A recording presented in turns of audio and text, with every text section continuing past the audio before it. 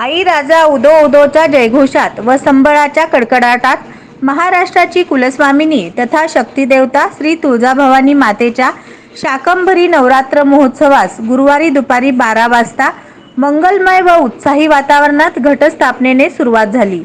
पौष शुक्ल अष्टमी दिवशी गुरुवारी उत्तर रात्री श्री तुळजाभवानी मातेची निद्रिस्त मूर्ती सिंहासनाधिष्ठित करण्यात आल्यानंतर मूर्तीला 2 वेळा पंचामृत अभिषेक पार पडले।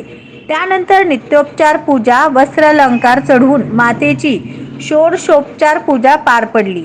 धूप आरती व अंगारा निघाल्यानंतर मंदिरातील गणेश विहार ओवरीमध्ये शाकंभरी देवीच्या प्रतिमेची प्राणप्रतिष्ठापना पार पडून यावेळी गणेश पूजन, पुण्यहवचन, मातृका पूजन आदी धार्मिक कार्यक्रम पार पडले।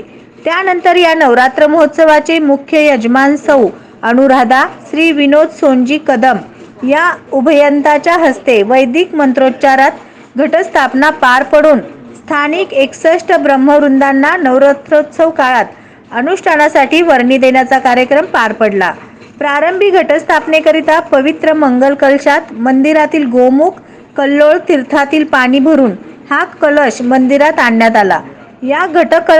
या घटक कलशाची देवीच्या आजच्या पूजेचे मानकरी शुभम बंटी कदम व या नवरात्र महोत्सवाच्या यजमानांच्या हस्ते विधिवत पूजा पार पडली। त्यानंतर या घटकलशाची मंदिर परिसरात संबळाच्या कडकडाट व आई राजा उदो उदो सदानंदीचा उदो उदोच्या जयघोषात मिरवणूक काढण्यात आली। नवनवीन बातम्या पाहण्यासाठी SB न्यूज चॅनलला लाईक करा, शेअर करा, सबस्क्राईब करा।